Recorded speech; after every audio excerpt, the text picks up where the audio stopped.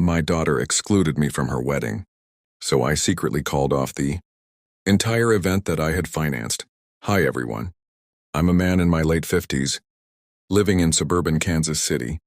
I want to share a story about how my daughter banned me from her wedding, so I secretly canceled the whole thing. It's a tale of family betrayal and tough love, and I'm still not sure if I was right or wrong. It's strange how people often say that your children will always love you no matter what you go through. Family is family. I once believed that even as my daughter Mia grew distant, I never imagined things would become so complicated and hurtful. The wedding was meant to be a magnificent event I'd been saving for years, even pulling back on my retirement plans to help her have the wedding of her dreams. I felt I had to. I'm her only father, and since her mother left, it's just been the two of us. I believed she deserved everything I could provide. But as the wedding arrangements progressed, things started to change. Mia's fiancé, Leo, was always polite but had recently become cold. I chalked it up to stress, and whenever Mia dismissed me, I told myself that weddings were always hectic. Plus, she was so excited about her fairy tale ceremony at a beautiful park estate, a place she adored, and I wanted her to have it, even if it meant making some financial sacrifices.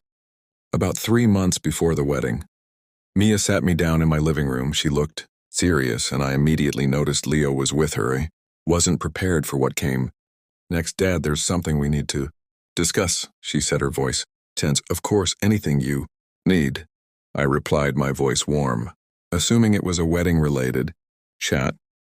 But then she spoke the words that shattered my world. Dad, I think it would be best if you didn't attend the wedding.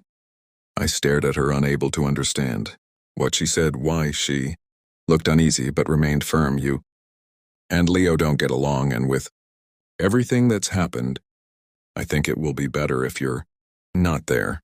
It will be less disruptive. I tried to stay calm even as my anger flared up. Disruptive? Mia, I've done everything to make this wedding perfect for you.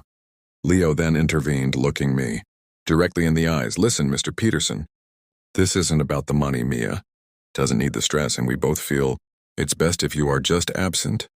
I was shocked. After all, I'd done the savings I'd depleted, the late nights looking through magazines for ideas, and now my own daughter was telling me I was an inconvenience. I could barely keep my composure as they left, and the front door closed behind them with a final thud. For the next several days, I barely slept. I tried to reach out, offering to fix whatever had come between us, but she wouldn't respond. A week later, I learned through her cousin that Mia had been telling everyone that I had refused to support her wedding, and that she'd asked me to stay away because of how I had treated her and Leo. A part of me broke that day. Something I didn't know was possible. I wasn't allowed at my daughter's wedding. I was a villain in her eyes. I thought to myself, if she didn't want me there, why was I still supporting this? Why was I funding this lavish event I wasn't even welcome at? That's when the idea struck me. I called every vendor I'd hired, politely, professionally, and firmly canceling the deposits. The caterer, the photographer, the florist, the DJ, even the dress designer. I let them all know that the plans had changed, that they would no longer be needed, and that my payments would not be forthcoming.